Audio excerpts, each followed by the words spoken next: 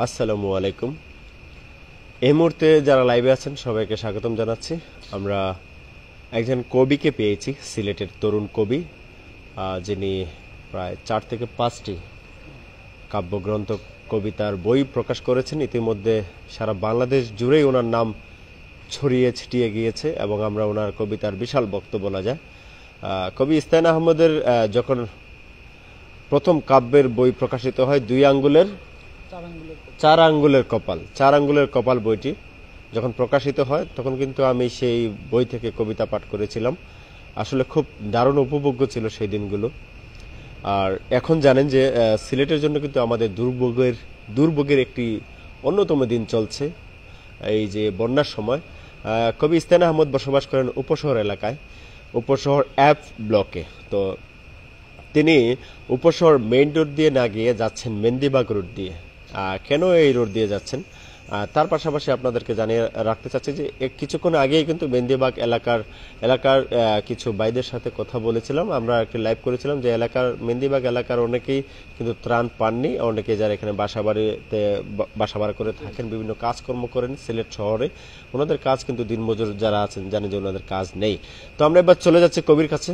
তো কবি, আপনার যে বন্যাকালীন মুহূর্ত, প্রথমেই বলবো যে ফার্স্ট অনুভূতি কি, প্রথম অনুভূতি? অনুভূতি যদি বলি, যেহেতু আমি লেখালেখি করি, আমি একটা কবিতা দিয়ে শুরু করি। তাল মাহমুদের সেই বিখ্যাত কবিতা, যে গাঙের ঢেউয়ের মতো বলো কন্যা কবুল কবুল। এই যে পেছনের পরিস্থিতি, এইটা দেখে মনে হচ্ছে যে আমাদের যুব সমাজের অবস্থা সেই রকম। যুব সমাজ কেন বললাম? যুব সমাজ এক হচ্ছে বিয়ে করতে পারে না, অর্থকরীর অভাবে বিয়ে করতে পারে না। আর দুই নম্বর কথা হচ্ছে যে যারা প্রেম করে, প্রেম করেও শান্তি নাই, এইরকম অবস্থায় আছে। মানে বিশাল সাগরের মতো। বিশাল সাগরের মতো চোখে ঢেউ। কখন যে ওই চাকরিচ্যুত হয়ে যায়, ক্ষমতাচ্যুত হয়ে যায়, ভয় থাকে যে কখন যে একটা বিপদ চলে আসে। আর্থিক সংকট, ঠিক সেই রকমই আমাদের এই অবয়বের সংকট বলতে পারেন, আর্থিক সংকট বলতে পারেন। কি সংকট? আমরা আসলে আমাদের মানসিক সংকট এটা। আমরা বলবো যে মানসিক সংকট। কারণ হচ্ছে 2004-এর সাথে অনেকে এটা তুলনা করেন, কিন্তু 2004-এ আমি ছিলাম উপশহর বি ব্লকে। 2004-এ আমার বাড়ি হচ্ছে আপনার কুচাই, দক্ষিণ সুরমা। আমরা এদিকে নদীপথে যাতায়াত করতাম। আমরা তখন দেখছি নদীটা কত বিশাল ছিল, কত প্রশস্ত ছিল এবং কত গভীর ছিল। এই যে পানিটা, এইটা কিন্তু আধ ঘন্টায় এই নদী খেয়ে ফেলতো পানিটা। যদি এই নদীটা খনন করা হয়তো, সিলেটের মানুষের বা উপশহরের মানুষের অ্যাটলিস্ট এই দুর্ভোগটা হতো না, এটা আমরা বিশ্বাস করি। যাই হোক, যখন আবার ওই শুকনো সময় আসবে, তখন যদি সরকারের পক্ষ থেকে যদি এইটার ওই যে কি বলে খননের যদি কোনো ব্যবস্থা করা হয়, তাইলে হয়তো আমরা সিলেটের উপশহর বা আশপাশের নদী তীরবর্তী যে এরিয়াগুলো আছে, এই এলাকার মানুষগুলা হয়তো অনেকটা সুখে শান্তিতে বসবাস করতে পারবে, এরকম বিপদের সম্মুখীন আর হবে না। রাইট। এই দেখেন, আমার বাসা হচ্ছে উপশহর এফ ব্লক। আমি রোজবি হয়ে যাওয়ার কথা, কিন্তু এইদিকে মেন্দিবাগ হয়ে যাচ্ছে কেন? ওইখানে দাঁড়াইলেই বলে যে 400 টাকা 500 টাকা এফ ব্লক যেতে। এইখান থেকে ওই সামান্য ওই মেন্দিবাগ 8তলার সামনে আপনার 30 টাকা 40 টাকা নেই সিঙ্গেল। তারপর ওই ভিতর দিয়ে সাদা টিকর ভিতর দিয়ে হাইটে তারপরে এফ ব্লকে যাই। এখন প্রতিদিন মনে করেন এখানে যদি বন্যা যদি 10 দিন থাকে, বা এই পানিটা যদি কমে, ধীরে ধীরে কমে, 10 দিন যদি লাগে, তাইলে প্রতিদিন যদি আমি 1000 টাকা খরচ করি, তাহলে তো এখানে আমার 10 দিনেই 10,000 টাকা খরচ হয়ে যাবে। এইখানে তো আপনার বেতনের মাসে ইনকামই কত, মাসে ইনকামই কত মানুষের আসলে। তা আবার আরেকটা জিনিস আছে, এখন খুব পপুলার একটা নিউজ হচ্ছে যে ডাকাত থানা দিচ্ছে এখানে, বা মাইকে অ্যানাউন্স করতেছে, বিভিন্ন জায়গায় এই ঘটনাটা ছড়িয়ে পড়ছে। কয়েকটা জায়গায় হয়েছে এটা, যার ফলেই তো এটা ছড়াইছে। এখন দেখেন, এইদিকে যাব আমি, যাওয়ার পরে ওই যে এফ ব্লকের ভেতর দিয়ে ঢুকার পরে দেখবেন শুনশান নীরবতা, ঝিঝিপুকে ডাকতেছে, কোনো মানুষ নাই। তো ওই এরিয়াগুলোতে যদি ডাকাত না ঢুকে, তাহলে কোন দিকে ঢুকবে?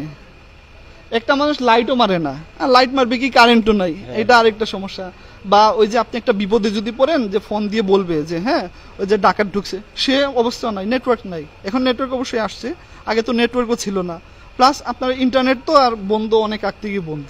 মোবাইলের নেটওয়ার্কেও অনেককে পাওয়া যাচ্ছে না, এটা সমস্যা না? যেমন মনে করেন আমার বাসায় ডাকাত ঢুকলো, তখন আমি তো ফোন দিয়ে বলতে পারবো না। যেমন মনে করেন মসজিদের মাইকে যদি বলি, এই এলাকার সবাই জেনে গেল, এই সুযোগটাও তো নাই যে ফোন দিব, এটা তো নেটওয়ার্কই নাই।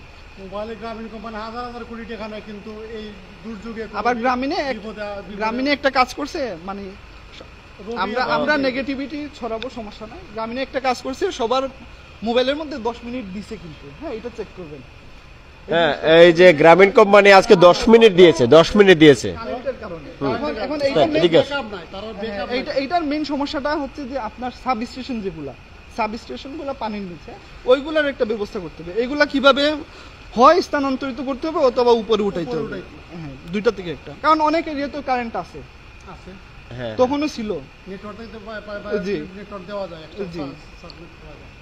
তো সব মিলিয়ে বলা যায় যে এই যে বন্যাকালীন সময়ে সব মিলিয়ে আসলে কঠিন একটি দুর্ভোগের সময়।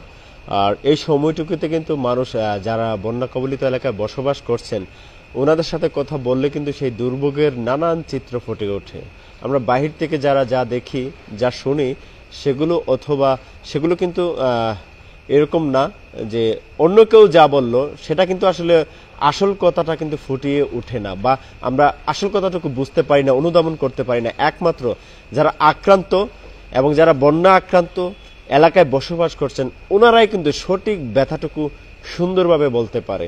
তো কবি আরেকটি কথা বলছি যে বিদ্যুৎ নেই, নেটওয়ার্ক নেই, জীবনের এখন বিদ্যুৎ আসছে, এইটা শুনেই তাড়াতাড়ি আসলাম যাতে ফ্রিজটা আমার অন বুঝছি, করতে বুঝছি। হবে, ওই সব তো জিনিস নষ্ট হয়ে সুখবর বিদ্যুৎ আসছে। তো এমন কি কোনো ঘটনা ঘটেছিল যে আমরা শুনেছিলাম যে ডাকাত এসেছে, কান নিল রে চিলে, কিন্তু চিল তো আর কান নেয়নি। এখন ডাকাত কি উপশহর কি তেমন কোনো ঘটনা ঘটেছিল? ডাকাতের কোনো ঘটনা ঘটে নাই, বাট আমরা শুনছি টিলাগড়ের সাইডে ঘটছে, এটা শোনা কথা। আমি পুরো শিওর হইতে পারবো না এখনো, বা বিভিন্ন জায়গায় এগুলা হয়। কারণ হচ্ছে এখন তো মানুষ অসহায়। আবার কি আমরা দেখলাম যে যখন পানিটা বেড়ে গেল 2 দিন আগে, তো অনেক মানুষ সিদ্ধান্ত নিয়ে নিল বাড়িতে চলে যাবে। বাড়িতে চলে যাওয়ার ফলে সিলেটের এরিয়াগুলা শুধু বাসার মালিক প্লাস উপরের কয়েকটা বাসার যারা বাসিন্দা এরা থাকে, যার ফলে এটা জনবিচ্ছিন্ন হয়ে যায় এরিয়াগুলা। তখন ডাকাত একদম নীরব হয়ে যায়, তখন ডাকাতরা আসলে সুযোগ নেয় এই জিনিসগুলা। প্লাস এইটা সরকার পক্ষ থেকে কিছু করতে পারতো, যে নিরাপত্তা, যেহেতু পানি তো সারা সিলেট না, কয়েকটা জায়গায় পানি, এখানে নিরাপত্তা কর্মী দিতে পারতো বা কিছু একটা সিস্টেম করে রাখতে পারতো জিনিসটা। এটাই আমি যেটা বলতে চাচ্ছি বা জানতে চাচ্ছি যে উপশহর কিন্তু বিভিন্ন ব্লক আছে, তো আমরা দেখতে পাচ্ছি যে নিরাপত্তা প্রহরীরা শুধু সম্মুখে আছে, ভিতরে কি কোনো নিরাপত্তার জন্য ব্যবস্থা করা হয়েছে যে 24 ঘন্টা 24 আওয়ার্স মানুষ থাকবে নিরাপত্তার জন্য? এলাকাবাসী মনে করেন একটা পয়েন্ট আছে, সেই সম্মুখে কি কোনো গার্ড দেওয়া হয়েছে প্রশাসনের পক্ষ থেকে? কিছুই করা হয় নাই, কিছুই তো দেখলাম না। আমরা তো সবসময় রাস্তার সামনেই থাকি, কিছুই দেখি না। আমার বাসার সামনে এইটুকু পানি ছিল, ওই ফ্রিজ অনেক উপরে উঠাইছি, তারপরে উঠে গেছে। তারপরে এই যে শেষ দিয়ে ফালাইতে হয়েছে, ময়লা আবর্জনা গন্ধ, একটা মানুষও দেখলাম না যে ত্রাণ দিবে বা হেল্প করবে। বা অনেক আছে না যে পানি নাই, হ্যাঁ বাচ্চারা আছে, বৃদ্ধ মানুষ আছে। এই যে একটা জিনিস, এখন যদি মনে করেন আমার মা যদি তাৎক্ষণিক হার্ট অ্যাটাক করে, হ্যাঁ তাহলে আমি কিভাবে নিয়ে আসবো? আসলে কঠিন ব্যাপার, নিয়ে আসতে পারবো না তো, আমি বাসা থেকে নামাইতে পারবো না, নৌকা দিয়ে নিতে হবে, নৌকা পাওয়া যাবে না, ওইখান থেকে আসতে হবে। নৌকা যে নিয়ে আসবো এখানে তো আমার 1 ঘন্টার উপরে লাগবে, 2 ঘন্টার উপরে লাগবে এখান থেকে, তাও নৌকা আসবে কিনা এটাও শিওর না। তো ওই সব মিলে দেখেন আমার ছেলে যখন ওই পানি উঠে, তখন আমার ছেলে ছিল ওই পানির মধ্যেই ছিল, বিছানার উপরে। আমার ভিডিও আছে, এগুলো আমি পরে দেখাবো। তারপরে কি করলাম, সামনে আমার বোনের বাসা ছিল, ওই বোনের বাসায় 2 তলায় রেখে আসছি। এইরকম আমরা কাটাচ্ছি জীবনটা আসলে। মানে আপনি যে বাসায় আছেন বাসা ভাড়া, সেটি নিচতলা বাসা, নিচতলা বাসা। আসলেই উপশহরে যারা বিশেষ করে নিচতলায় বসবাস করছেন এই দীর্ঘদিন ধরে, ওনারা কিন্তু আসলে কঠিন মুহূর্তের মধ্যে পড়েছেন, আবার কঠিন বিপদের মধ্যে পড়েছেন। তো একটি কথা আমরা শুনলাম যে আসলে প্রশাসনিক ব্যবস্থা, যে আইনের ব্যবস্থা, নিরাপত্তা কঠোরতার জন্য এলাকার ভিতরে যদি কোনো ব্যবস্থা করা যেত। হ্যাঁ, কেউ যদি অসুস্থ হয় যে যাবে, অ্যাম্বুলেন্স তো যাবে না, ওই পানি দিয়ে যাবে, অ্যাম্বুলেন্স কখনোই যাবে না। একটা তো সিস্টেম থাকা দরকার, যে বৃদ্ধ মানুষ আছে, অনেক প্যারালাইজ মানুষ আছে, ওনার জন্য কি হবে? অবশ্যই আমি একটি কথা বলে নিই, আসলে দিনের বেলা হয়তো বা আমরা অনেককে লাইভ করতে দেখি, অনেককে বিভিন্ন নিউজ পোর্টালে সবকিছু দেখতে পাই যে অনেক মানুষ এসেছে, ছবি তুলেছে, ভিডিও ফুটেজ করেছে, কথা বলেছে, সবকিছুই করেছে, কিন্তু রাতের বেলায় কি হচ্ছে সেই বিষয়টুকু কিন্তু আমাদের জানা প্রয়োজন। কারণ এই মানুষগুলো যখন আঁধারের একটি রাজ্যে ডুবে যায় তখন কিন্তু মানুষের মনে ভয় ভীতির খুব একটা বসবাস করতে থাকে। সেই সময় যদি কোনো একটা বিপদ দুর্ঘটনার ঘটনা ঘটে তখন কিন্তু মানুষের আসলে তখন এই যে কাকে ডাকবে কিভাবে ডাকবে তখন কিন্তু বোবার মতো যে বোবা চাপ চেপে ধরে আমরা কিছু বলতে পারি না ঠিক, কিন্তু তখন আমাদের সেরকম হয়ে যাবার মতো। কবির সাথে কথা বলে আমি সেটাই বুঝলাম। তো এরকম দুঃসময়ে আমাদের প্রশাসন আমাদের সরকার সবার আরো কঠোর সিদ্ধান্ত নেওয়া উচিত এবং প্রতিটি এলাকার পয়েন্টে আমি বলি প্রতিটি এলাকার পয়েন্টে নিরাপত্তা ব্যবস্থার পাশাপাশি মেডিকেল টিম যেন রাখা হয়, কারণ বাসা বাড়িতে শুধু তরুণ নৌজওয়ানরা থাকে না, বৃদ্ধ মানুষরাও থাকে। ওনাদের প্রাথমিক প্রাইমারি ট্রিটমেন্ট চিকিৎসার জন্য যেন ব্যবস্থা রাখা হয়, পাশাপাশি নিরাপত্তা ব্যবস্থা যদি জোরদার করা হয়, যত ডাকাত আসুক না কেন মানুষ কিন্তু ভয় ভীতি মানসিক আসুক আর না আসুক মানসিক একটি শক্তি থাকবে।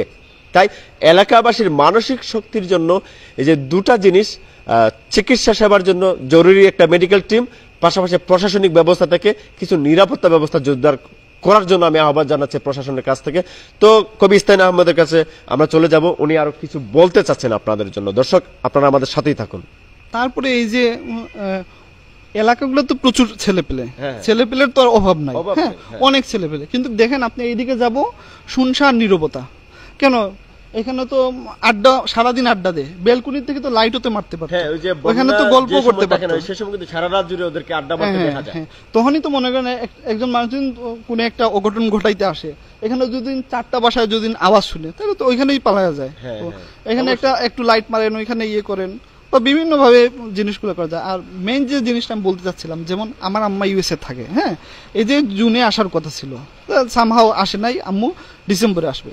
এখন আমি এখান থেকে কি শিক্ষা নিলাম? এখান থেকে শিক্ষাটা এইটা হচ্ছে, আমি আর কখনো নিচতলায় বাসা নিব না, প্রথম কথা হচ্ছে। 2 নম্বর কথা হচ্ছে, এখন আমার আম্মার অসুস্থ, হ্যাঁ আমার ইনস্ট্যান্ট ওই মেডিকেশন লাগে আমার আম্মার, হ্যাঁ এখন এইগুলাতে যদি রাখি, বা দেশে আসার জন্য পাগল, এই যে বারবার বললে দেশে আসবে, এখন দেশে তো সেই সিচুয়েশনটা থাকতে, এই যে পানি আসছে, এখন অক্সিজেন শর্ট যদি দিত আম্মার, তাহলে আমি ওনাকে কিভাবে নিয়ে যেতাম? অক্সিজেন শর্ট হইলে তো সমস্যা, হ্যাঁ প্রাণনাশের একটা আশঙ্কা থাকে। এখন আমি এই অবস্থায় জেনে শুনে আমার মাকে কিভাবে আমি এইগুলাতে নিয়ে আসি? সম্ভবই না। আপনার বাসা পরিবর্তন করতে হবে। বাসা পরিবর্তন কি? ওই অনেক জায়গায় পানি উঠছে, সব জায়গায় উঠছে, হ্যাঁ কিছু কিছু জায়গা ছাড়া সব জায়গায় পানি উঠছে, রাইট। এখন ওইভাবে তো আর বাসা, এখন সবাই যদি চায়, ওই কিছু কিছু জায়গা আছে ওইগুলোতে উঠে নাই, সবাই যদি যাইতে চায় তাহলে তো আবার সমস্যা। এতটুকু বাসা তো পাবেন না, হয়তোবা এই যেসব জায়গায় পানি উঠে নাই সেসব জায়গায় একটি বাসাও খালি নেই। আপনারা উপশহর থেকে কোথায় পালাবেন? পালাবার কিন্তু জায়গা নেই। তবে আমি আশাবাদী, উপশহরের যে ঐতিহ্য ছিল, যে সম্মান ছিল, যে মানে এলিট যে ফ্লেভারটা ছিল, এটা চলে আসবে যদি সামনে আপনারা মিডিয়া কর্মী যারা আছেন, হ্যাঁ তারা যখন ওই শুকনার মৌসুম আসবে, তখন যদি আপনার নদীতে যায়, যদি আপনারা লাইভ করতে পারেন, নদীতে যাওয়ার জন্য লাইভ করতে পারেন, সমস্ত main stream media, local media যারাই আছেন, ওইটা খননের জন্য, ওইটা খনন করলে এই পানিটা 8 ঘন্টায় খাওয়া কোনো বিষয় না। এখানে যে খুব বেশি পানি, এটা আমরা মনে করি না। তো এইটাই হচ্ছে আমাদের একটা দাবি বা ডিমান্ড বলতে পারেন, যে নদীটা খনন করবেন, যার ফলে সিলেটের মানুষের দুর্ভোগটা অনেকটা লাঘব হবে। অবশ্যই ধন্যবাদ কবি ইস্তাইন আহমেদকে, ধন্যবাদ জানাচ্ছি এই দীর্ঘ রাতে আমাদেরকে সময় দেওয়ার জন্য। যারা touch of Sylhet live, Lal rickshaw express, touch of Bangladesh থেকে আমাদের লাইভটুকু দেখেছেন, অবশ্যই আপনাদেরকে আমি জালাল জয় অনেক অনেক শুভেচ্ছা এবং কৃতজ্ঞতা জ্ঞাপন প্রকাশ করছি। আচ্ছা বলেন। তো আমরা কবির আর একটি কষ্ট আছে, সেই কষ্টগুলো দেখব। আমরা দেখাচ্ছি এই যে মেন্দিবাগ যে এলাকা আছে, সেই এলাকার সম্মুখ পয়েন্টের রাস্তা থেকে কিন্তু বন্যা শুরু হয়েছে, ভিতরে কিন্তু অবস্থা আরো ভয়াবহ অবস্থা। এই যে কারেন্ট ছিল না, হ্যাঁ এখন তো ফোনে কাউকে পাবো না, ফোন বন্ধ, যার ফলে আমাদের প্রতিদিন বাইর হইতে হয়। এই দেখেন এই ফোনটা নিয়ে বাইর হইছি, তারপরে এই যে একটু ধরবেন, হ্যাঁ ধরেছি অবশ্যই। এই দেখেন এটা হচ্ছে 2টা চার্জার, তাই না? হ্যাঁ এই দেখেন আরেকটা চার্জার,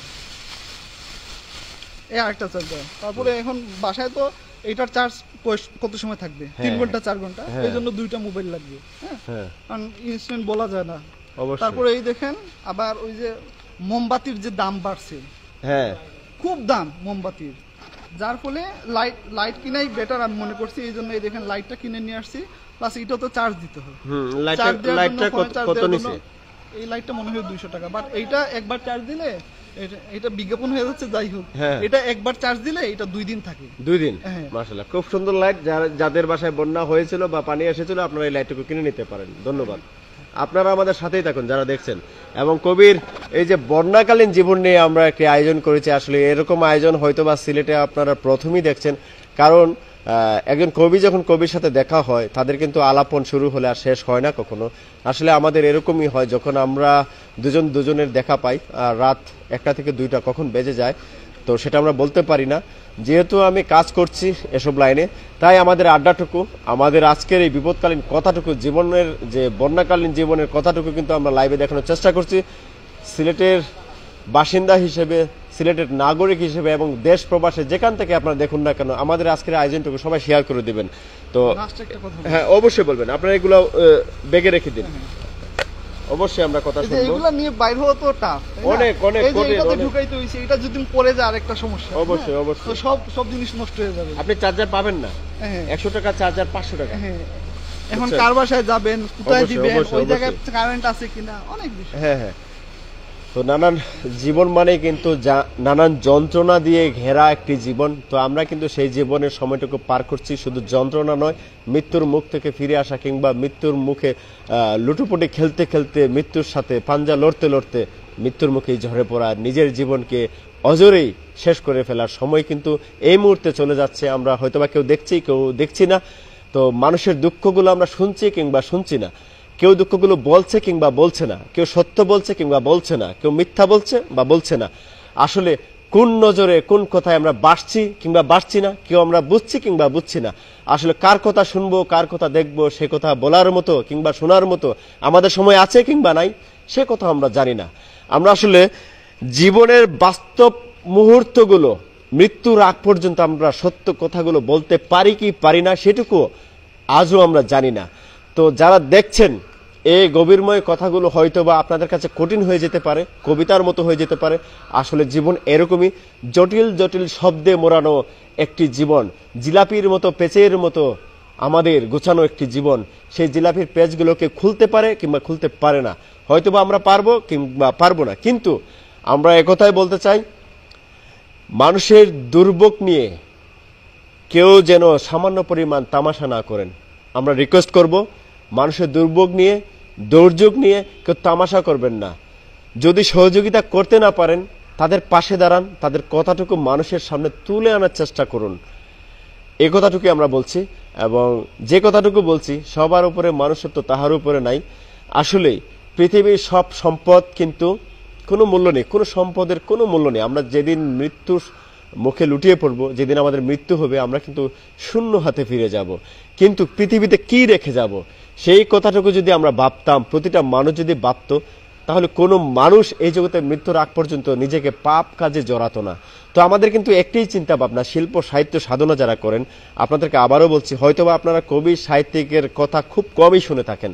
এবং শিল্প সাহিত্যকে, সিলেটে যে শিল্প সাহিত্য হয় সেটুকু কিন্তু সিলেটের মানুষই জানে না। সিলেটের মানুষ জানে না যে সিলেটের শিল্প সাহিত্য কারা করে, কবিতা কারা লিখে, গল্প কারা লিখে, ছড়া কারা লিখে এবং বিবেক বুদ্ধি চর্চা কারা করে। এদের আসলে সিলেটে কিন্তু মূল্যায়নে নেই। আর সেটুকু মূল্যায়নের চিন্তা ধারণা রেখে কিন্তু আমি লালিশা এক্সপ্রেস নামে একটি পেজ খুলেছি শুধু সিলেটের লেখকদের জন্য। সিলেটের লেখক বলেন, শিল্প সাহিত্য নিয়ে যারা কাজ করে, তাদেরকে কিন্তু তুলে আনার দায়িত্বটুকু আমি নিয়েছিলাম জানুয়ারি মাসের 1 তারিখ থেকে। তারপর ধীরে ধীরে আমি মিডিয়া জগতে নিউজ প্রকাশের চেষ্টা শুরু করি। তার মাধ্যমে কিন্তু আমি টাচ অফ সিলেট পেজটুকু কাজ করি। তো এগুলো কিন্তু আমার, তারপরে আমার বন্ধুর সিলেট লাইভ থেকে এই কিন্তু লাইভটুকু প্রকাশ হচ্ছে, আপনারা দেখতে পাচ্ছেন। আসলে একটি কথা আপনাদেরকে জানিয়ে রাখতে চাই, একজন কবির মৃত্যুর আগ পর্যন্ত যুদ্ধ করে যাবার মতো শক্তি থাকে, একজন কবি মৃত্যুর আগ পর্যন্ত লড়াই করে যাবার মতো সক্ষমতা রাখে। আর এরকম কবি সিলেট শহরে যারা আছেন, তাদেরকে আপনাদের চিনতে হবে এবং তাদেরকে আপনাদের মূল্য দিতে হবে।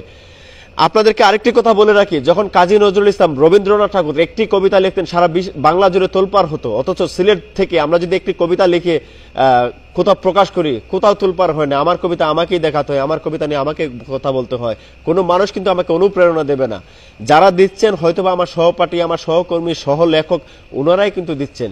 এবং কবিতা শিল্প পাশাপাশি কিন্তু জীবনযাত্রার যে মান আছে সেগুলো নিয়ে কিন্তু সবচেয়ে বড় দর্শন হচ্ছে শিল্প সাহিত্যের যে মানবিকতা, সেই মানবিকতার কাজ করার কাজটুকু কিন্তু শিল্প সাহিত্যের মানুষরা সব সময় করে যান বই প্রকাশের মাধ্যমে। হয়তোবা আমরা লেখকদের বই পড়ি কিংবা পড়ি না, হয়তোবা আমরা সিলেটের কোন কোন লেখক আছে, কোন কোন লেখক কোন সময় বই প্রকাশ করছেন সেই কথাগুলো আমরা জানি কিংবা জানার চেষ্টা করি না। সব শেষে পরিশেষে আমি একটি কথা বলতে চাই, সিলেটবাসী, সিলেটের দেশ ও প্রবাস থেকে যারা দেখছেন, আপনারা সিলেটের শিল্প সাহিত্যকে জানার চেষ্টা করুন। সিলেটে বসবাস করে যারা লেখালেখি করছেন তাদেরকে মূল্য দেবার চেষ্টা করুন।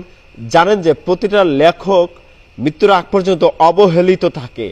একটি লেখক মৃত্যুর পরে আপনারা প্রকাশ করেন যে এমক কবি, কানাইঘাটের কবি, কুমারপাড়ার কবি, মেন্দিবাগের কবি, উপসর কবি মৃত্যুবরণ করেছেন, তার কবরে তার মৃত্যুর জানাজা জানাজা আজ এরকম সময় অনুষ্ঠিত হবে, সবাই উপস্থিত থাকবেন। তখনই আমরা জানতে পারি যে একজন মানুষ কবি ছিলেন, লেখক ছিলেন। সেই ব্যথা থেকে কিন্তু আমাদের কাজ করতে মন চায়। আসলে সময় সবকিছু হয়ে ওঠে না, কিন্তু মাঝে মাঝে আমরা চেষ্টা করবো সিলেটের লেখকদের নিয়ে মাঝে মাঝে এভাবে আয়োজন করার এবং লেখকদের জীবন কাহিনী আপনাদের সামনে তুলে ধরার। তো কবি ইস্তান আহমদ, আপনার কাছে বলছি যে আজকে আমার এই লাইভে সংযুক্ত হতে পেরে এবং আপনার জীবনের বাসনা আপনাকে হঠাৎ করে পেয়েছি। আমি মেন্দিবাগে এসে লাইভ করেছি, আপনি উপসর রসবি থেকে না গিয়ে এদিক দিয়ে ঘুরে যাচ্ছেন কষ্ট করে। তো আজকের আয়োজন থেকে আপনার কেমন লাগছে? আপনার কথাটুকু কিন্তু আমি সবগুলোই শুনেছি এবং আপনি আরো বলবেন, এবং সেই কথাটুকু বলবেন যারা দেখছেন, দর্শক অডিয়েন্স সিলেটবাসীর জন্য। সিলেটবাসী আসলে লেখকদেরকে কিন্তু তেমন চেনেনও না, তেমন মূল্যায়নও নেই লেখকদেরকে আসলে সিলেটে এতটা অবমূল্যায়ন করা হয়। সিলেটে জানেন, সিলেটে লেখকদেরকে পাগল বলা হয়। আমি বিদ্রোহ প্রকাশ করছি, যারা সিলেটের লেখকদের পাগল বলেন আপনাদের অজ্ঞানটাও নেই। অজ্ঞানটা যদি থাকতো, সিলেটের লেখকদেরকে প্রত্যেকটা মানুষ সম্মান করতো, রেসপেক্ট করতো। কিন্তু সেই সম্মানটা সিলেটের মানুষ সিলেটের লেখকদেরকে কেন এত অবহেলা করে, একটু বলবেন আমাকে প্লিজ এই উত্তরটুকু। আচ্ছা, এটা না হয় অন্যদিন বলবো, সমস্যা নেই। হ্যাঁ, আসলে এটা ক্ষোভে আর কি, আমার আসলে মাঝে মাঝে ক্ষোভ লেগে যায়। আমি আসলে কবি কাজী নজরুলের মতো আগুনের অগ্নিশিখার মতো হয়ে যায়। দুঃখ প্রকাশ করছি সবার কাছে। আপনাদের নিজের এলাকার লেখকদের সম্মান করতে চিনুন। এবং তবে সিলেটের মানুষ সাহিত্যমনা, কারণ হচ্ছে দেখেন সিলেট থেকে কত কত বড় বড় সাহিত্যিক বের হয়েছে, হাসান রাজা, অনেক বড় বড় কবি, অথচ কিন্তু তাদেরকে আমরা স্মরণ করি কম। কেন এরকম কেন? হ্যাঁ, ওইটা হচ্ছে এই যে সংস্কৃতি চলে গেছে, কাব্যের প্রতি ভালোবাসা, কাব্য বুঝার মতো মন মানসিকতা, এখন আধুনিকতার যে অনেক ক্ষেত্র তৈরি হয়ে গেছে, যার ফলে ওরা মনে করে যে আসলে কবিতা পশ্চাৎপদতা। আসলে সেটা না। আপনার মনে করেন এখন দেখবেন বাংলা বাড়িও কিন্তু সবচেয়ে আধুনিক বাড়ি এখন। হ্যাঁ, যে বড় বড় ওই যে শিল্পপতি যারা, হ্যাঁ, ও দেখেন যে গর্ব করে বলে বাংলো বাড়িগুলা কিভাবে থাকে, নর্মাল মাটি ভেটুর ওই রকমই তো থাকে, তাই না? এখন ওরা কেন উপরে উঠতে পারছে? ওরা ওদের শিকড়টা ছেড়ে যায় নাই, ওরা এইটা করে, ওই জন্য পুরানা জিনিসও শোনায় মুরানো থাকে। এই যে আচ্ছা, এইগুলা বাদ দেন এখন। হ্যাঁ, এই যে অবশ্যই এই যে এখন সাহিত্য প্লাস বন্যা দুটির মধ্যে যে জীবনযাত্রার মান কেমন, এইটাই বলতে চাচ্ছি যে এই যে এইদিকে পানি, হ্যাঁ, এই পানিটা তো সমাজেরই প্রতিচ্ছবি। অবশ্যই এই পানিটা যখন দেখি তখন আসলে আমাদের চোখে পানি আসে। অবশ্যই, কারণ আমরা এই মাটির সন্তান, আমরা এই দেশটা আমাদের। অবশ্যই এই মাটির থেকে আমাদের, এই মাটির অংশ থেকে আমাদের জন্ম। এখান থেকে আমরা পলায়ন করতে পারবো না। পারবো? এখান থেকে পালিয়ে কই যাবেন আপনি? কোথাও যাইতে পারবেন না। তাই নির্মলেন্দু গুণের একটা কবিতা আমার খুব মনে পড়তেছে এখন। এই যে দুইটা কবিতা আমার খুব মনে পড়তেছে, যে তুই কেমন করে যাবি, পা বাড়ালেই পায়ের ছায়ায় আমাকে তুই পাবি, তুই কেমন করে যাবি। আপনি বিদেশ চলে যান, হ্যাঁ, কিন্তু এই মাটি আপনাকে টানবে, আপনি বুঝতেছেন, আপনি মনে করতেছেন অনেক সুন্দর অনেক সুন্দর, যা দেখেন যে আবার আসতে মন চাইবে আপনার। কারণ এই মাটির গন্ধ, এই বাতাসের গন্ধ, এই সূর্যের বিকিরণ, এগুলো আপনাকে টানবে, সবসময় টানবে। আপনি এখন বুঝতেছেন না। এই দেখেন, আমি বন্যা পীড়িত মানুষ, হ্যাঁ, আমি বন্যা পীড়িত অসহায় মানুষ, কিন্তু আমি তো এইটা ছেড়ে যাচ্ছি না। আমার বাড়ি ওই পাশে, আমার বাড়ি শুকনা, আমি তো চাইলে যাইতে পারতাম ওইদিকে, আমি তো পলায়ন করব না। অবশ্যই, তাই না? এইখানে আমার বাসস্থান, এখানে আমি থাকি, আমি কেন পলায়ন করব?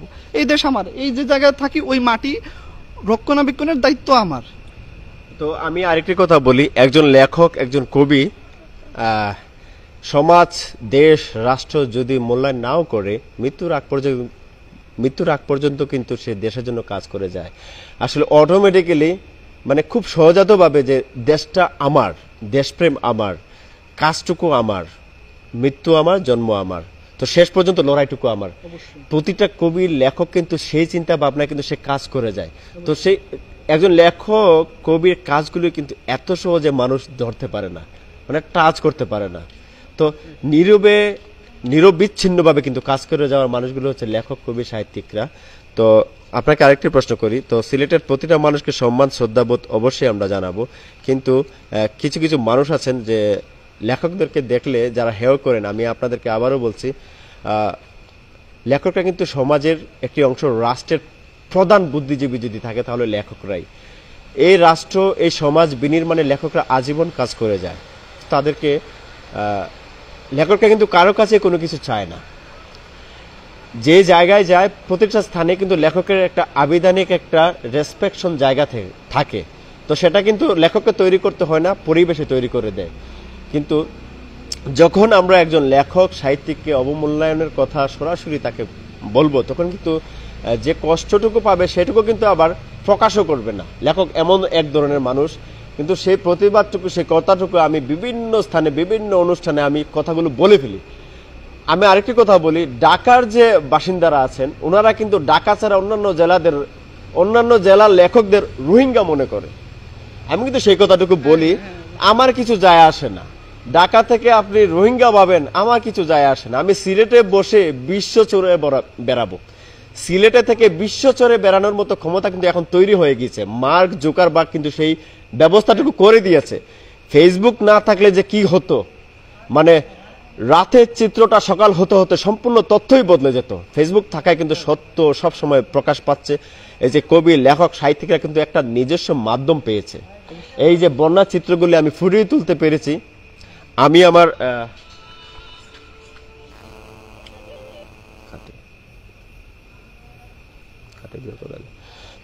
আমার চিন্তা ধারণাগুলোকে আমি ফুটিয়ে তুলতে পারছি কিন্তু এই ফেসবুকের মাধ্যমে। আসলে ধন্যবাদ জানাতে হয়, কারণ কি, এই যে এই সময়ের এই দৃশ্যটুকু, তার পাশাপাশি কবি ইস্তান আহমদের যে চিন্তা ভাবনার যে ফসলগুলো, তার দুঃখ বেদনার কথাগুলো কিন্তু আমি শোনাতে কিংবা এভাবে শোনাতে পারতাম না। আমি শুনতে পারতাম কিন্তু আপনাদেরকে শোনাতে পারতাম না। আমাদের কথাগুলি, এই যে শিল্প সাহিত্যে মানুষের একটা আড্ডা হয়, এই যে বন্যার সময়ে এই দীর্ঘ রাতে যে কিরকম কথা হয়, সে কথাগুলো কিন্তু আপনাদেরকে শোনাতে পারতাম না। তো আমাদের মধ্যে কি কথা হলো, কেমন কথা হলো, অবশ্যই আপনারা শুনেছেন। এবং আপনাদেরকে বলবো সিলেটবাসীর জন্য দোয়া করবেন, এবং প্রশাসনের কাছে আমি জোর দাবি জানাচ্ছি এরকম পরিস্থিতিতে যেন জানেন যে উপশহর অনেক বড় একটি এলাকা, প্রতিটা ব্লকের সম্মুখে যেন একটা মেডিকেল টিম মূল পয়েন্টে রাখুক, সমস্যা নেই। চারটা যাতায়াতের জন্য যেন গাড়ি রাখা হয়, তার নৌকা, যে কোনো কিছু হোক সরকারের পক্ষ থেকে, শুধু ইমার্জেন্সি অসুস্থ মানুষের জন্য। আপনারা স্বাভাবিক মানুষকে না নেন, সমস্যা নাই, শুধু অসুস্থ মানুষের জন্য একটা মেডিকেল টিম। আর নিরাপত্তা ব্যবস্থা যেন একটা মোড়ের ভিতরে থাকে, মনে করেন 100 মিটার 200 মিটার দূর থেকে ডাক দিলে যেন কল শুনে। তখন কি হবে, মানুষের একটা মানসিক যে শান্তি আছে, প্রশান্তি আছে, সেটুকু পাবে। হ্যাঁ, এখন উপশহরের মানুষের কিন্তু ঘুম নেই, হ্যাঁ, রাত্রি জেগে থাকতে। তো আমরা এখন কবির কাছে চলে যাচ্ছি, শেষ মুহূর্তের কথাটুকু শুনবো। অবশ্যই আপনারা আমাদের লাইভটুকু আজকে শেয়ার করে দেবেন যারা আমাদের সাথে ছিলেন। আসলে এই যে শুধু তো নেগেটিভ জিনিস বললাম, এখন কিছু পজিটিভ, সব জিনিসে নেগেটিভ প্লাস পজিটিভ আছে। হ্যাঁ, এই যে এখন রাত, তাই না, এই রাতের মধ্যেও আলাদা একটা আনন্দ আছে। এই পানি মেরে যাবেন, হ্যাঁ, আলাদা একটা অনুভূতি আছে। তো এইটা আমি একটা কবিতার মধ্যে, এটা আমারই কবিতা, তারপর বলি, রাত দিয়েছে হাত বাড়িয়ে, বুক দিয়েছে ওম, পাশেই ছিল রাজকন্যা, ওঠে দেখি ঘুম। হ্যাঁ, তো এই যে রাত দিয়েছে হাত বাড়িয়ে, ওইটা যাই থাকুক, এইটা তো একটা আপনাকে পরিবেশ করে দিছে, তাই না? এর আগে তো ছিল না। আপনি পানির মধ্যে দিয়ে রাত প্লাস এই যে গাছপালা আশপাশে, এই পরিবেশ ছিল না, এরকম ছিল না। আসলে পরিবেশটা কিন্তু এক হিসাবে দুঃখ লাগছে, আরেক হিসাবে কিন্তু পরিবেশ, বাসায় গেলে আবার আপনার আরাম লাগতেছে, বুক দিয়েছে হুম, হ্যাঁ, পাশেই ছিল রাজকন্যা। হ্যাঁ, আমরা সব জিনিসই কল্পনা করি যে আমাদের স্বপ্নের জিনিস। হ্যাঁ, পাশে উঠে দেখি ঘুম, আসলে এটা স্বপ্ন না, এটা স্বপ্নই, হ্যাঁ এটা বাস্তব না। তারপরেও এইরকমই আমাদের পরিস্থিতি, তারপরে আমরা এটাকে ভালোবাসি, এটাকে ভালোবেসে যাব, এবং আমরা আশা করি এটার উত্তর সমৃদ্ধি হবে ইনশাআল্লাহ। অবশ্যই অবশ্যই আমরা সেই দোয়া করি, কারণ এই যে এই দৃশ্যটুকু আসলে এক হিসাবে খারাপ লাগছে, আরেক হিসাবে নিলে ভালোই লাগছে। মানে প্রকৃতির মানে অপরূপ একটি দান বলা যায়। আসলে আমাদের জীবন কিন্তু প্রকৃতির সাথে মিলিয়ে নিতে হয়, মানিয়ে নিতে হয় এবং মেনে নিতে হয়, এবং তার সাথে লড়াই করে যেতে হয়। আর সেই জীবনের সাথে, বন্যার মুহূর্তের সাথে উপশহরের প্রতিটি এলাকার যে রুম আছে, ফ্ল্যাট আছে, বাসিন্দা আছে, প্রতিটি মানুষের পক্ষ থেকে একজন মানুষকে আমি পেয়েছি, তিনি হচ্ছেন কবি ইস্তাইন আহমেদ। তো আজকের রাত্রিতে উনি আমাকে সময় দিয়েছেন, অনেক অনেক ধন্যবাদ জানাচ্ছি। হ্যাঁ হ্যাঁ অবশ্যই, বলেন বলেন। সিলেটে পানির খুব সংকট, পানিটা খুব বিশুদ্ধ পানি, খুব সিম্পল। হ্যাঁ, ওই যে বিভিন্ন সার্ভিস চালু করতে হয়, অর্গানাইজেশনের তো অভাব নাই। অনেকগুলা কেন্দ্রে এখন আমি ওই যে আমার বোনের বাসা থেকে আসছি, ওই যে শিবগঞ্জ ভিতরে ওই সোনারপাড়ার যে সরকারি প্রাথমিক, এখানে অনেক আশ্রয় নিচ্ছে মানুষ, প্রচুর খাবারপত্র আছে। হ্যাঁ, ওইগুলো ডিস্ট্রিবিউশনের অভাব, কে কোন দিকে যাবে, কোনখানে খাবার দেওয়া হয়েছে, কোনখানে দেওয়া নাই। অনেক জায়গায় আছে খাবার দিছে আরো আসছে, তারপরে আবার আসছে, তারপর আবার আসছে, কিন্তু অন্য জায়গায় দেখা যায় যে আসলে খাবারই পাচ্ছে না। তো এই যে সমন্বয়হীনতার একটা বিষয়, এইগুলাও আসলে লক্ষ্য রাখা দরকার। এগুলো তো মনে করেন এনজিও, এইটা ওদের জন্য এটা সমস্যা আর কি, ওদের ভিতরে তো নাই, সমন্বয় নাই এই জিনিসটা। আর সরকারের যে বিষয়গুলো আছে ওইগুলো তো সরকারিভাবে ওনারা করবে, পদক্ষেপ নেবে। অবশ্যই অবশ্যই, ধন্যবাদ। তো আমরা সর্বোপরি এই উপশহর এলাকাবাসীর জন্য দোয়া করছি সিলেটবাসীর পক্ষ থেকে। পুরো সিলেট বিভাগ, সুনামগঞ্জ, গোয়াইনঘাট উপজেলা, কানাইঘাট উপজেলা, জকিগঞ্জ উপজেলা, জৈন্তা সহ বিভিন্ন এলাকা যে ক্ষয়ক্ষতি হয়েছে সেগুলো আসলে পুষিয়ে নেবার মতো নয়। তারপরেও এখন অনেক মানুষের পাশে দাঁড়িয়েছে, বিভিন্ন সহযোগিতা ত্রাণ নিয়ে কিন্তু মানুষের পাশে দাঁড়িয়েছে। তো এখন যে শক্তিটুকু প্রয়োজন, হ্যাঁ এটা সহযোগিতা, মানুষ আছে সবজি কিনতে পারতেছে না, হ্যাঁ খাবে তো খাবে না, এখন গাড়ি তো যাইতে হবে, এদিক দিয়ে সবজি থাকতে হবে, বিশুদ্ধ পানি খাইতে তো হবে এটলিস্ট। এখানে বাচ্চা কাচ্চা, প্রত্যেকটা ফ্যামিলিতে বাচ্চা কাচ্চা আছে না, বিশুদ্ধ খাবার লাগবে, এখানে বিশুদ্ধ পানি লাগবে। পানি যদি বিশুদ্ধ না হয় তাহলে মনে করেন নোংরা খাবার খাইলো, ডায়রিয়া হইলে এখন ও যাবে কেমনে হসপিটাল, এটা যাতায়াতের তো আরো বিশাল সমস্যা, একটার সাথে আরেকটা ইন্টারকানেক্টেড। এগুলো অনেক সময় আলোচনা করতে হবে, মানে রাত শেষ হয়ে যাবে।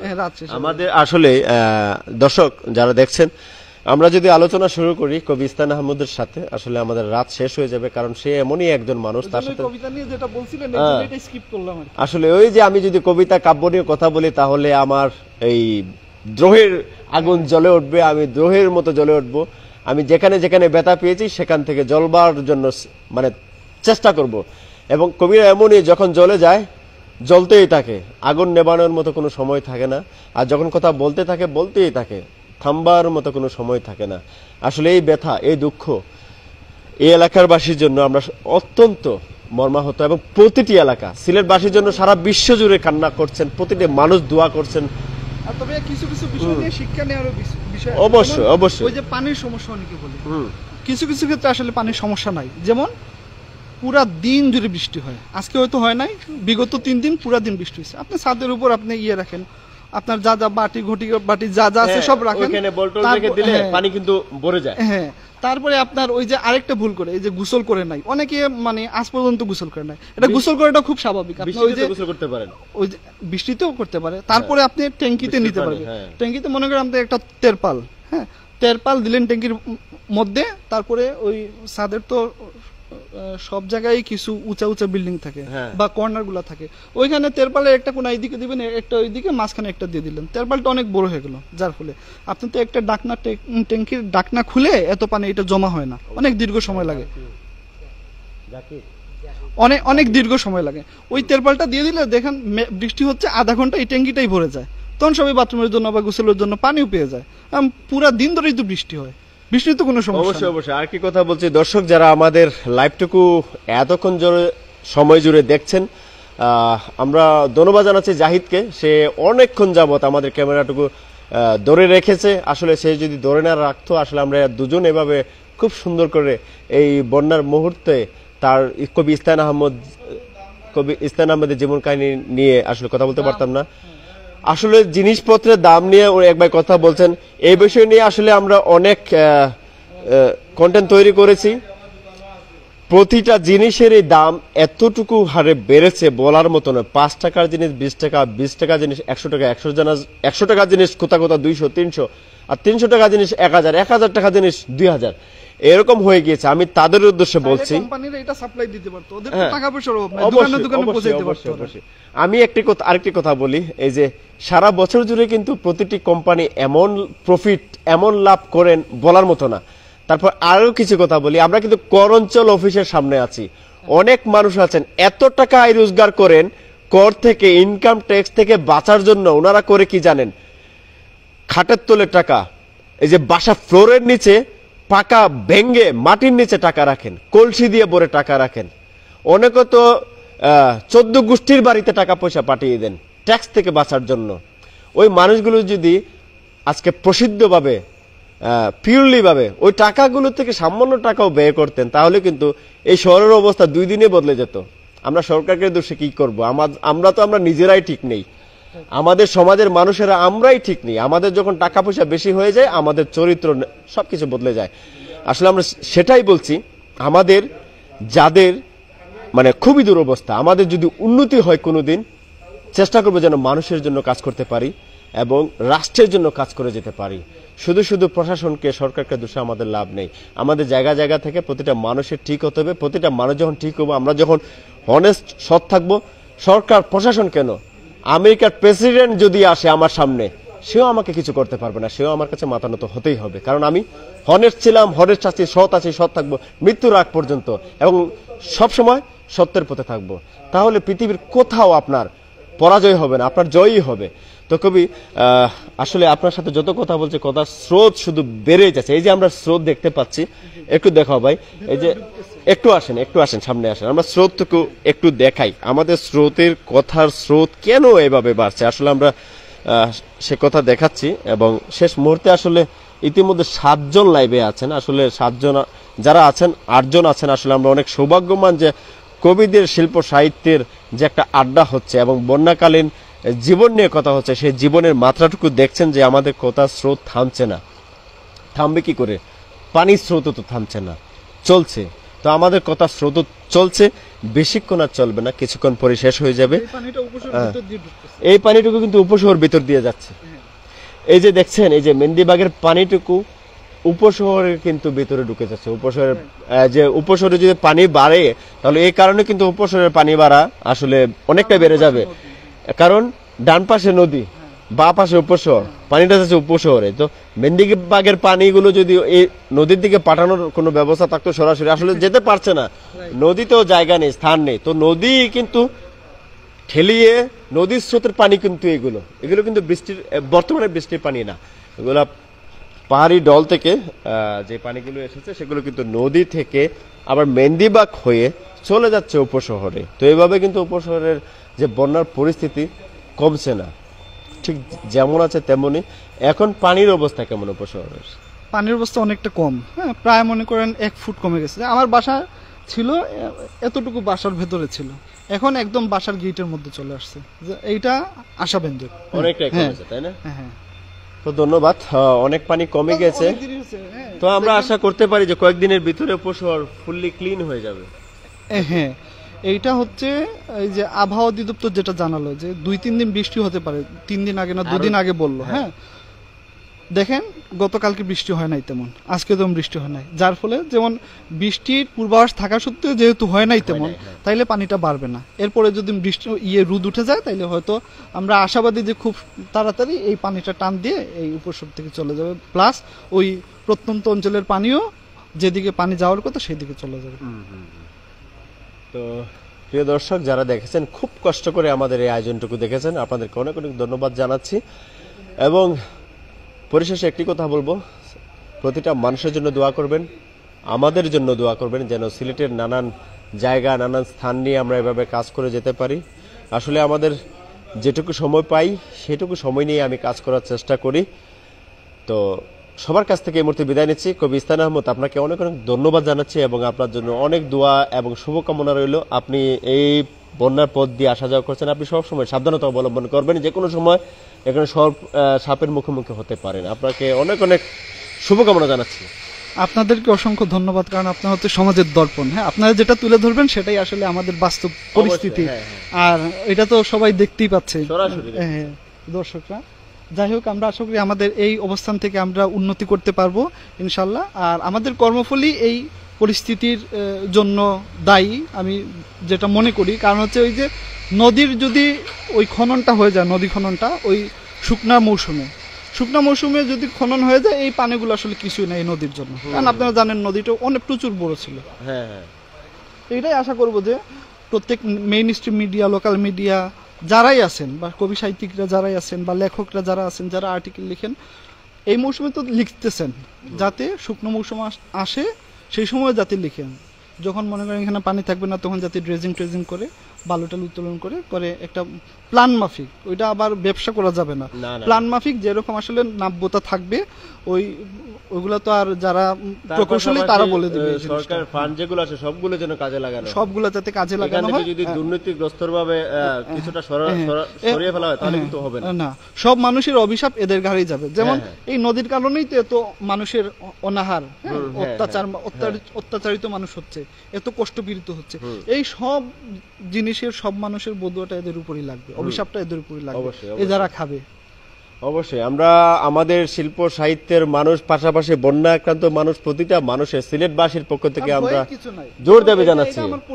হ্যাঁ, অবশ্যই না, এখন তো যেতে হবে, যতই বই থাকুক, যতই সর্ব থাকুক, আপনাকে যেতেই হবে। আমার দেখেন, আমি কালকে রাত্রে 12:30 আসছি এদিকে, ওইদিকে কোনো মানুষ নাই ভেতর দিকে, তো কি হয়েছে? এটা তো আমার যাইতে হবে। বলুন তো, আমি এটা আনন্দ করে যাই, কান্না করে গেলে কিছু হবে? আমার কিছু হবে না, এটা আমি উপভোগ করে যাইতে হবে। এটা হচ্ছে পরিস্থিতিকে অ্যাকসেপ্ট করতে হবে।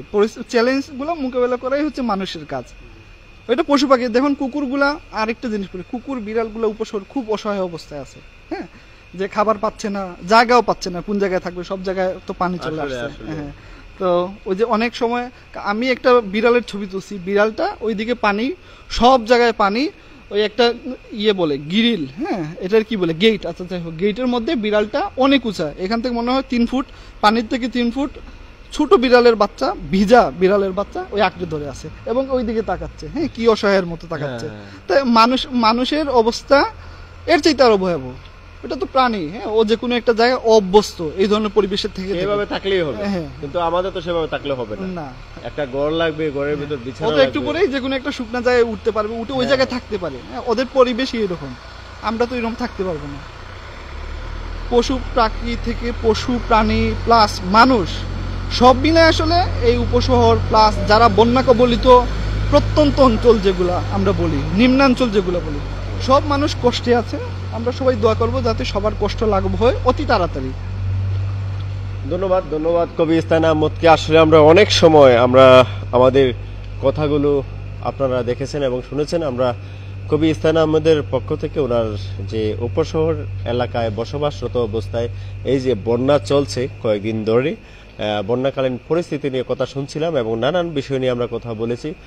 বন্যার পাশাপাশি আমরা শিল্প সাহিত্যের মাঝে ডুবে গিয়েছিলাম, মাঝে মাঝে কবিতার মাঝে ডুবে গিয়েছিলাম, মাঝে মাঝে জীবনের নানান গল্পে আমরা ডুবে গিয়েছিলাম। তো আমরা পরিশেষে একটি কথাই বলতে চাই, জাহিদ না, ক্যামেরায় যে ছিল জাহিদ, তাকে অনেক ধন্যবাদ জানাচ্ছি।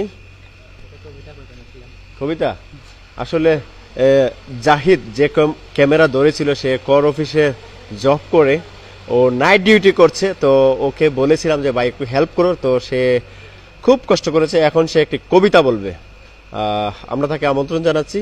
আমরা এখন জাহিদের মুখ থেকে একটি কবিতা শুনবো।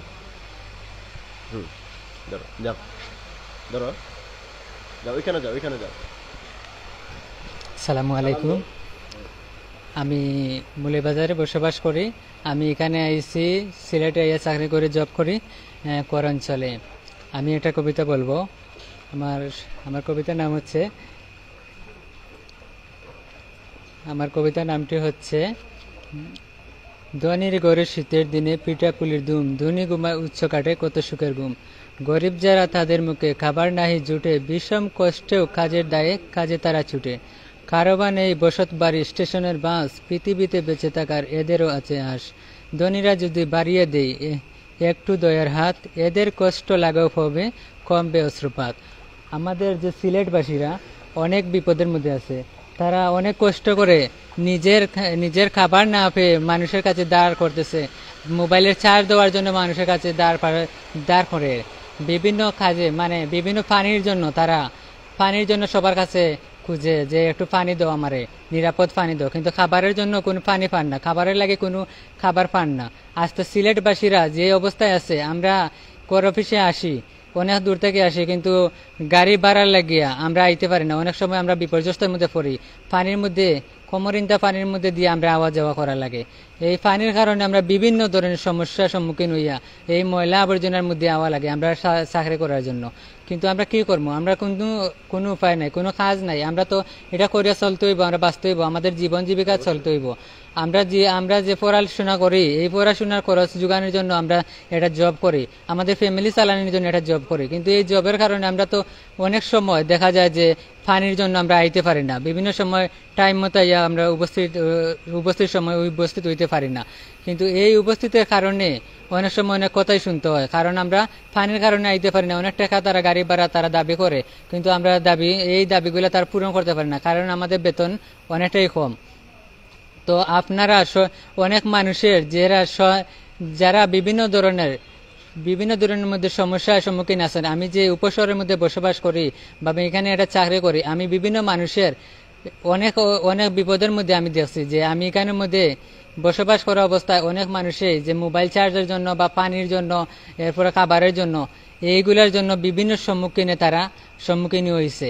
কিন্তু আমরা তো সবাই সবকিছু দিতে পারি না, কারণ আমরা ছুটেরা জব করি। এই জব অবস্থায় আমরা যা পারি, যা সাহায্য সহযোগিতা পারি, এই কর অফিসটাকে আমরা তারা বিভিন্ন ধরনের সাহায্য সহযোগিতা, যেমন পানির জন্য সাহায্য সহযোগিতা করি, চার্জের জন্য সহযোগিতা করি, বিভিন্ন কিছু তারা যেভাবে আমরা পারি আমরা কর অফিসটাকে তারা সাহায্য সহযোগিতা করি।